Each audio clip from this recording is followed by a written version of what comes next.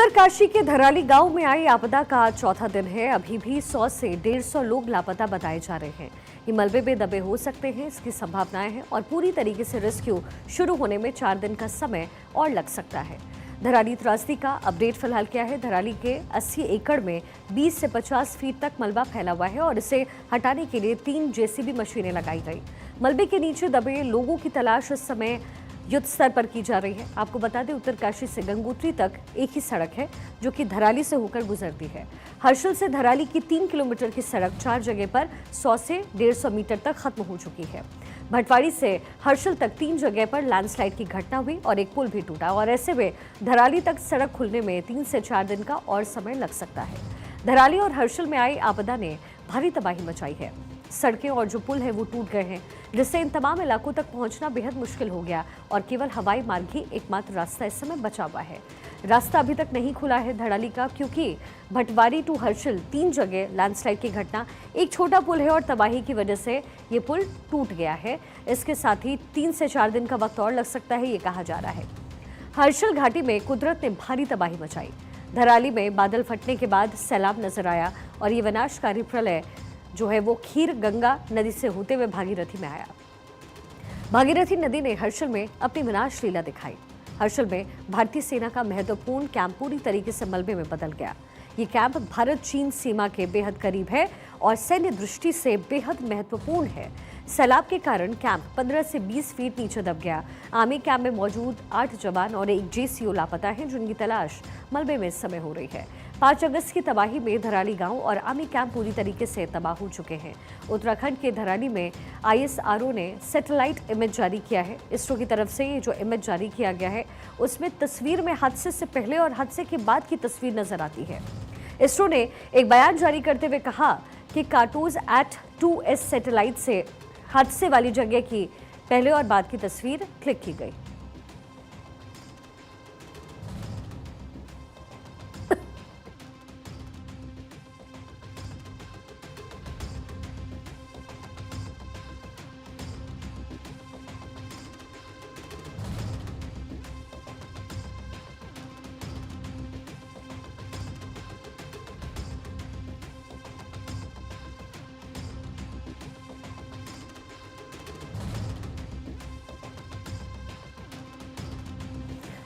अब ये तस्वीरें धराली से मिल रही है, जहां पर सेना की तरफ से रेस्क्यू ऑपरेशन चलाया जा रहा है।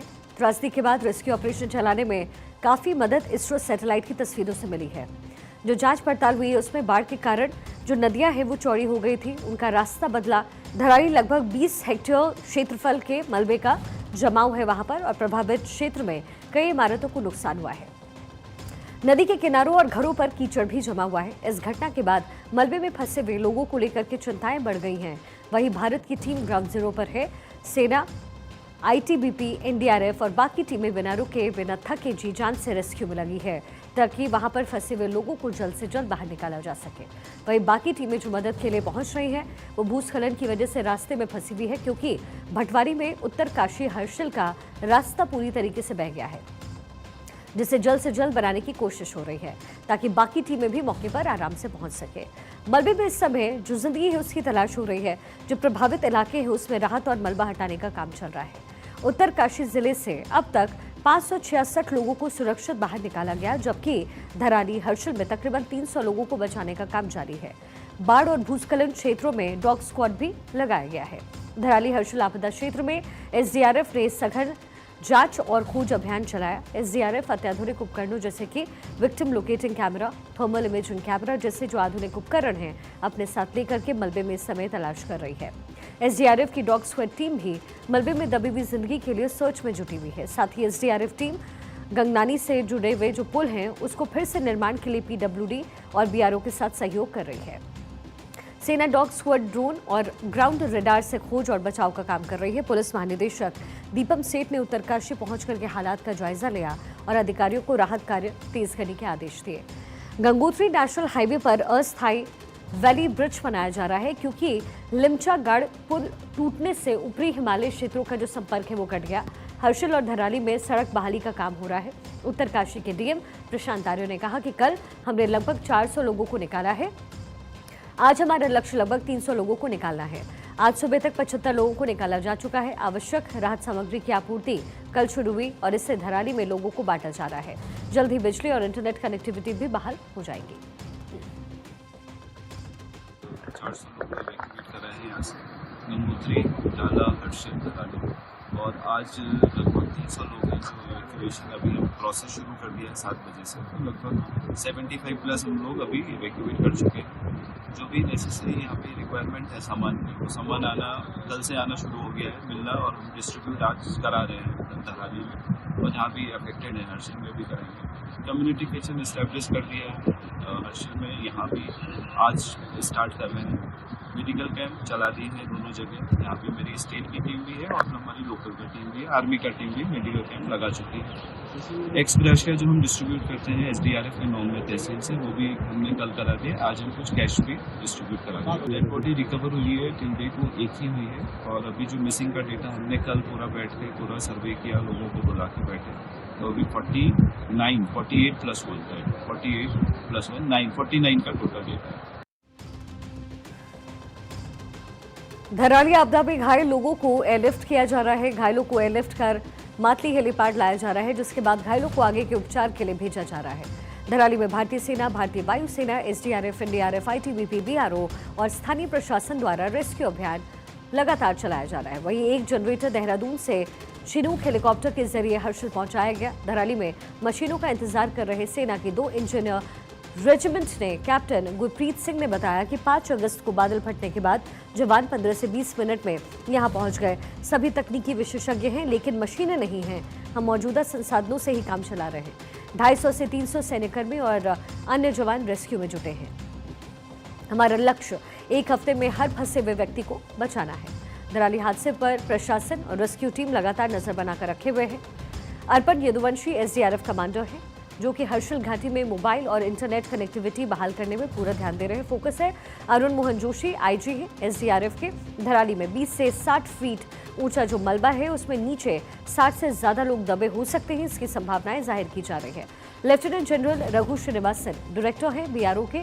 धराली तक सड़क खोलने में 3 से 4 दिन और लग सकते हैं, उनका स्टेटमेंट। KB नागराजा कुमार, मुख्य अभियंता शिवालिक प्रोजेक्ट, एक छोटा सा पुल बह गया है और आज एक नया पुल शुरू कर पाएंगे, फिर भी धराली तक पहुंचने में 4 दिन लग जाएंगे। तमाम स्टेटमेंट्स हैं जो वहां पर काम कर रहे लोग हैं उनके द्वारा दिए गए। धराली में हादसे वाले दिन और उस समय हर्षिल से गंगोत्री तक तकरीबन 500 पर्यटक थे।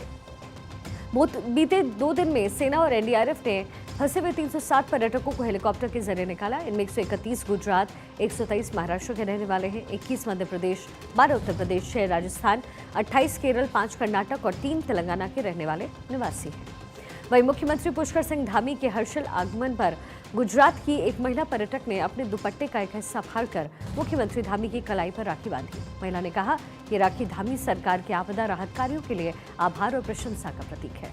इसके साथ ही मुख्यमंत्री पुष्कर सिंह धामी ने उत्तरकाशी के धराली में निकासी का इंतजार कर रहे फंसे हुए लोगों से मुलाकात की और उन्हें सरकार के समर्थन का आश्वासन दिया। गंदानी के पास पुल बैली ब्रिज को इंस्टॉल करने की प्रक्रिया चल रही है।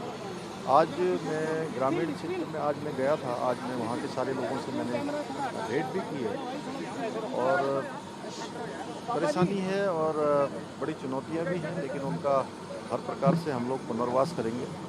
आदरणीय प्रधानमंत्री जी के मार्गदर्शन में, उनकी प्रेरणा से हम हर संभव सहायता उस क्षेत्र के लोगों के लिए करेंगे। मेरा धराली फिर से व्यवस्थित हो। वहाँ पर सेब की खेती लोग करते थे, वो भी पूरी तरह से आपदा की भेंट चढ़ गई है। बिजली की लाइनें पूरी तरह से क्षतिग्रस्त हो गई हैं, लेकिन जल्दी से उसको भी इंस्टॉल करने के लिए जनसेट यहाँ तक आ गया है, उसको भी जल्दी इंस्टॉल करेंगे। लेकिन आज अच्छा ये है कि अभी वहाँ पर एयरटेल का नेटवर्क अभी आ गया है और अभी इंटरनेट कनेक्टिविटी वहाँ पर बन गई है। हम सबका प्रयास है जल्दी से जल्दी सारी चीज़ों को हम लोग वहाँ पर करेंगे और हर संभव वहाँ के लोगों की मदद करेंगे। सभी लोग मिलजुल कर इस आपदा की जो एक बड़ी चोट हमको पड़ी है उससे उभरेंगे।